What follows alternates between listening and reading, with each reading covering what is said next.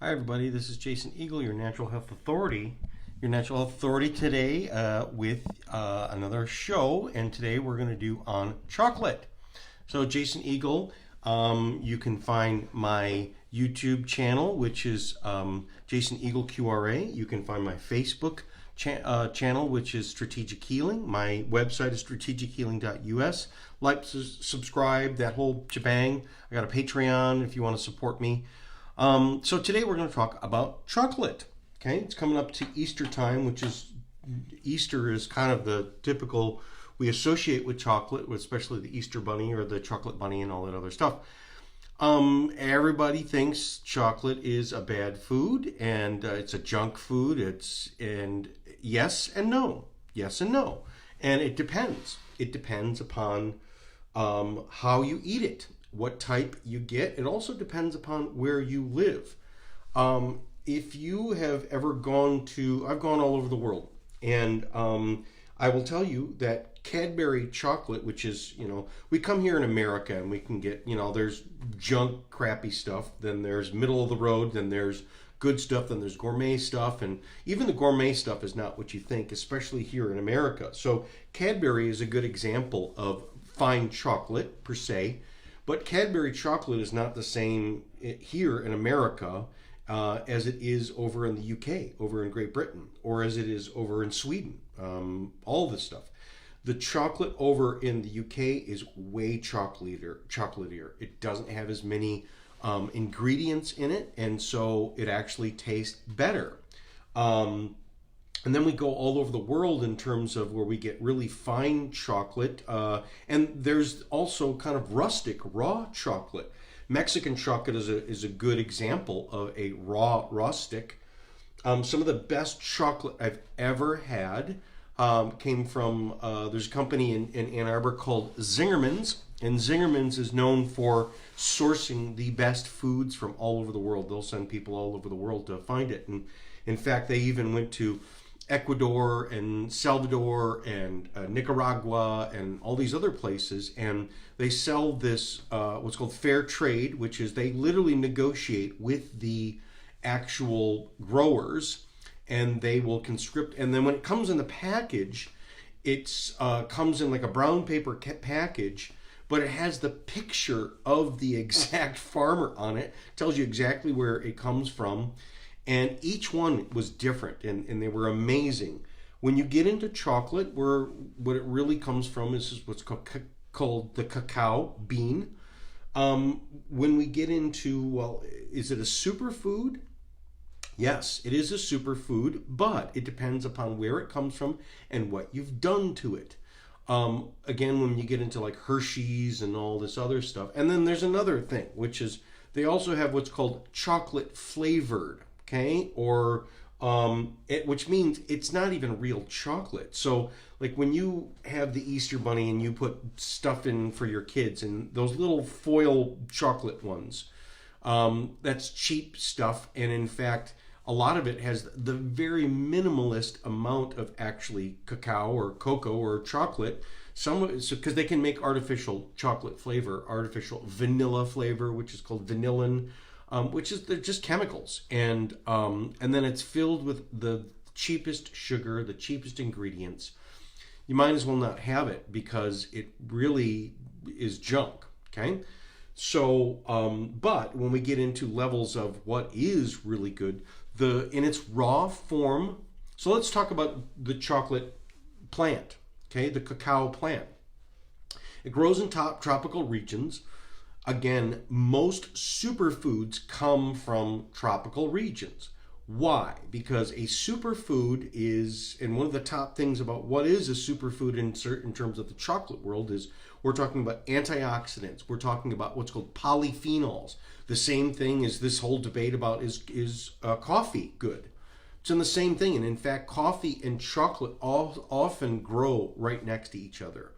And they grow, there's what's called mountain growth and shade growth and everything. They're plants which are actually synergistic with each other. They grow with a lot of sunshine. They also grow in areas where, so chocolate or cacao grows in areas where they are still the deep forest and there are not factories.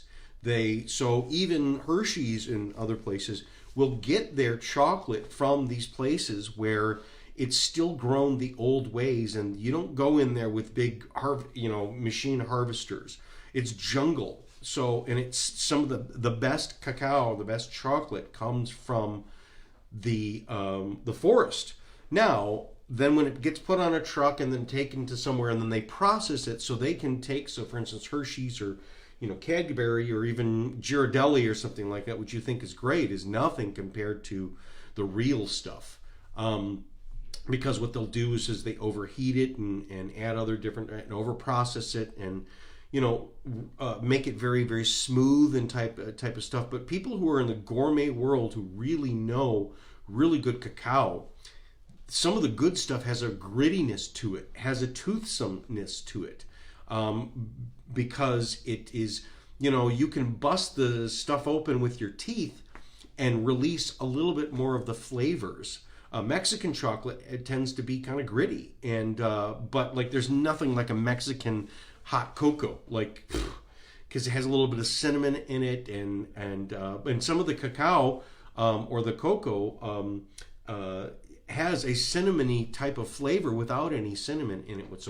So let's get back into what the plant is. So the plant are these pods. They are yellow. They start red and then yellow, and when they're ready to harvest, they become these very bright. And it's a fruit. It's a fruit of this tree. Same thing as coffee is a fruit, and it has a pod. And then on the inside, and they kind of look like oblong shape, and they're quite big. About the size of a medium-sized papaya.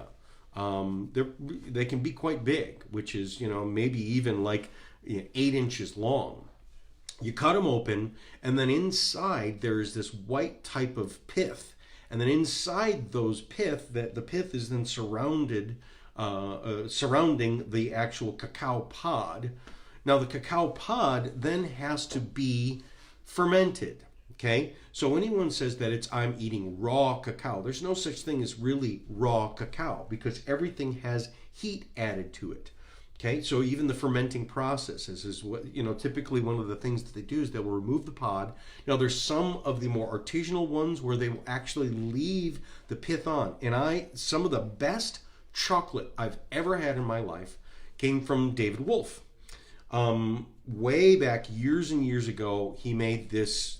It was a powder. It was a cacao powder, a raw cacao powder that came in this glass jar. And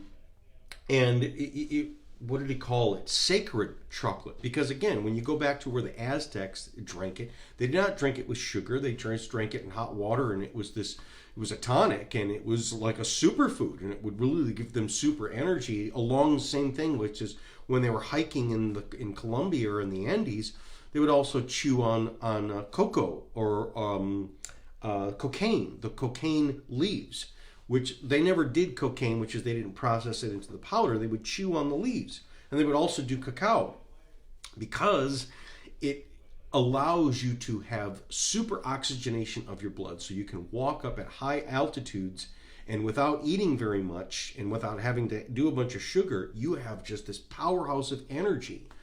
And so cacao, raw cacao, or the cacao nibs, that's one of the ways that you can get it in its raw stage form, is either they're unroasted, meaning they're fermented, which has some heat in them, and then the next stage is then they will roast them. And the whole idea is roasting them up to about 118 degrees or something like that, which then it's the lowest amount of temperature to roast them, to sanitize them, also to release the oils. Same thing with like coffee, is you have to roast it enough to release the oils. The oils you got to burn it enough to get these oils to then, as a chemical process, to come out. Because if they don't bring it to that temperature, there's certain flavor profiles that you don't get.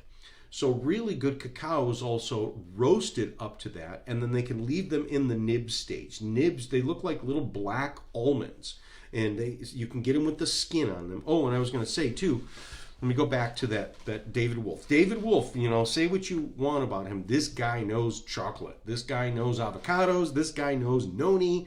He knows some of these great things, and he's been able to source them all over the world especially in Hawaii. But this chocolate powder, which was, again, it was sacred, what they called the sacred, and it was actually done by the elders.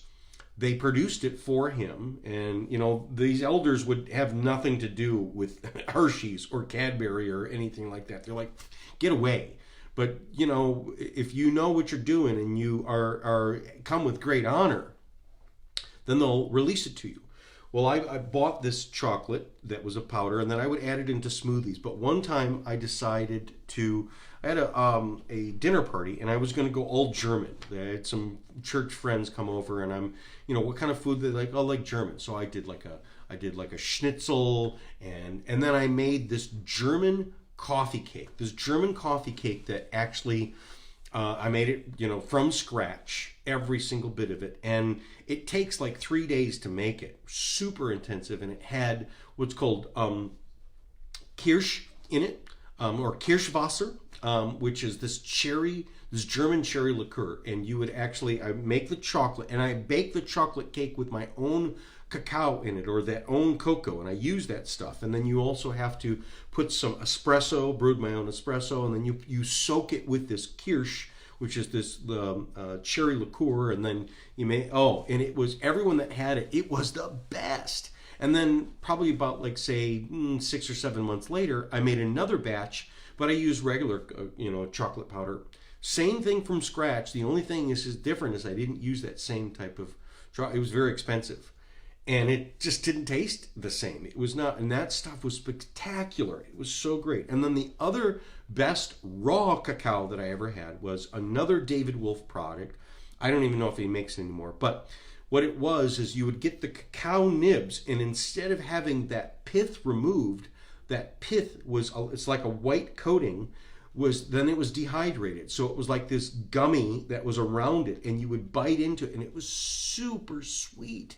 It was so amazing. And I've had that by itself. I've had the pith, you can eat it by itself. And that's it's sweet. It has this, and it doesn't taste like chocolate at all. Actually very fruity. It tastes like a gummy, fruit gummy.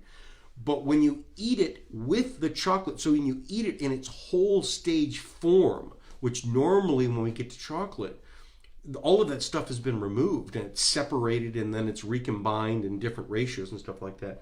So when you finally taste real cacao with all of its real whole food products left in it, it was the most amazing stuff. And it had no sugar in it whatsoever. We get this Cacao Pods, or the cacao nibs. Terrasol is a good company. And every once in a while you can just bite into it and crunch on it, and it's chocolate, but it doesn't have any sugar in it. And then there's other companies that can make levels of cacao in terms of 80% or whatever, has a little bit of sugar, the darker the chocolate.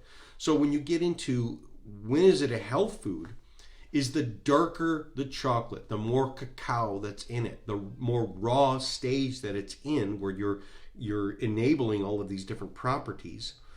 Like I said, they're grown in these tropical regions, and when anything faces more sunshine, it develops more, and especially sunshine and rain and all of these other types of things, wind, all of these things which are a stress on the plant. What the plant does is develop a reaction to it and takes the nutrients out of the ground and infuses that into the plant structure, which is a antidote of what should I do with this stress? How do I turn this stress into not just a protection, but a advantage?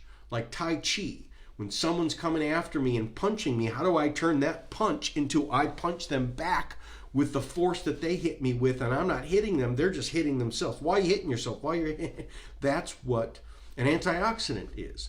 Polyphenols are some of the same things, which is all of these different types of plant developments that when we eat them, and we eat these plants that are very, very high in these sources, and you can't get much higher than cacao, okay? It is truly a superfood. Now we can then, again, like I say, process it on a certain level and add sugar and all this other stuff, the least amount of sugar. And again, when you get to a really good source, so the rule of thumb too is the ones that need more sugar tend to be the junkier ones.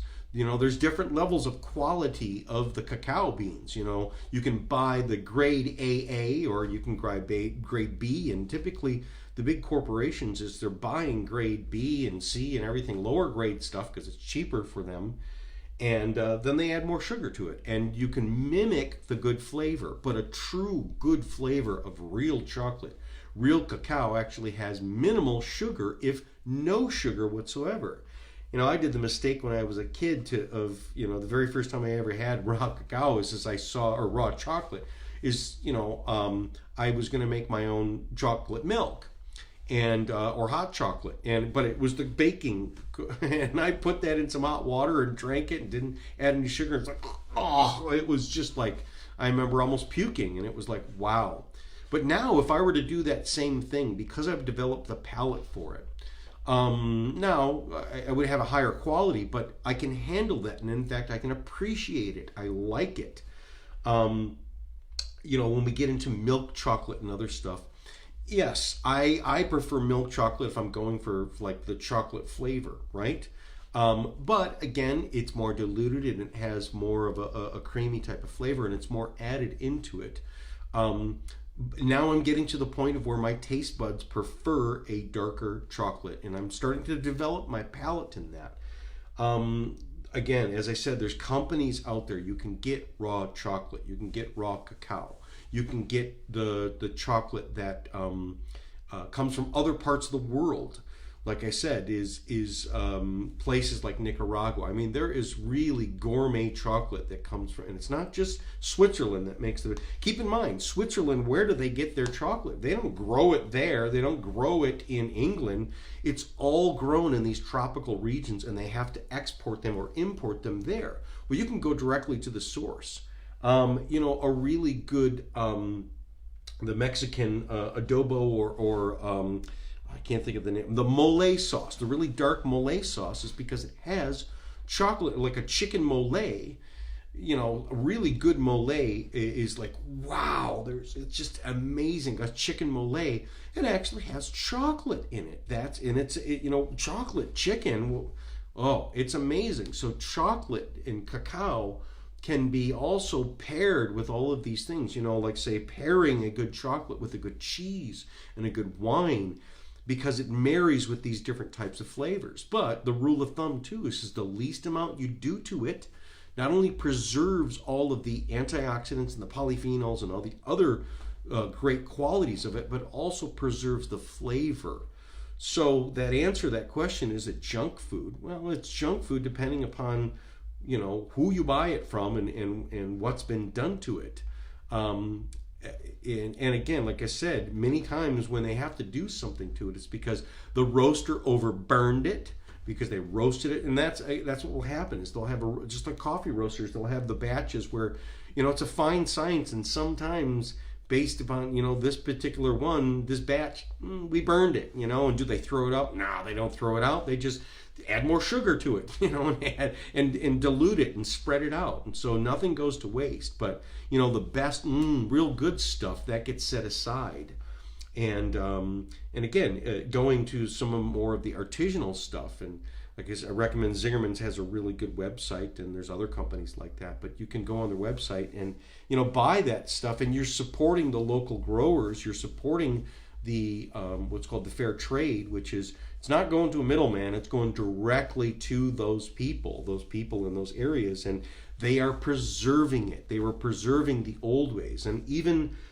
for instance, the companies that buy these things, they don't fire these guys, and they don't bring their own guys in, because true chocolate, true cacao, you have to have a relationship with it, and just because you're a chocolatier in Switzerland doesn't know you how to grow it.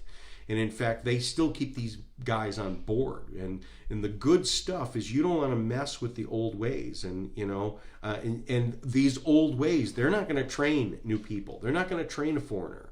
They're not going to tell you, because the foreigner doesn't understand about the ancestors and the what they would call the nature spirits and all this other stuff. Believe what you want in it. They believe in it, and they honor it, and they take care of it, and they they have a relationship with it, like you would have a relationship with a good friend or a family member. which is they talk to it. I know this sounds crazy, but when you are a gardener, okay, what's called a green thumb is a relationship, because it's a live living thing and it listens to you. So the plant, the green thumb, is people that sing to their plants and talk to it and all this other stuff. So when we get to the really good stuff, like the really good wine, the good French wine, those guys are out there singing to their plants and they have a relationship and they know how to listen to it. Really good cocoa beans, really good, coffee beans, all this stuff. These people are out there day to day living. Really good tea. These are the things, what's common in all these things, they are these tropical regions. They have to be hand harvested. You can't use a machine to it. And they're not slaves. These people are out there and they live there and they have a relationship with it. And it's very labor intensive, and you have to be in that field every day, touching it, living with it, breathing with it, in order to develop a relationship. So that's another thing of why you could say, why is chocolate and cacao and really good stuff a superfood? Because it has all of this stuff infused to it. It has all of this great respect. So I recommend finding some really good fine cacao, and start experimenting with it and start really expanding, and especially with kids, which is, every grandpa or every parent likes to see the little kids, the little baby's face, the look on their face when they first taste chocolate. And, why not start them on the best stuff first? And you'll see their face kind of go, whoa, or they'll see them really like it. And developing a palate, like they say with children, which is get them to eat the spinach and the other stuff early on, because you're developing a richness of palate, which will then serve them later in life, which is the people that have a more developed palate, they seek out better foods, higher quality foods. The people that were raised on just, fish fingers and junk and chicken tenders and all this other stuff, and they stay that way, is because you didn't develop it in the beginning stage. And which means is they don't know how to taste good food, which means they're going to eat junk food and they're going to prefer junk food their whole life. And it starts at the early stages. So getting high quality, if you're going to give chocolate, getting the highest quality you can find. So until next time, thanks. Bye-bye.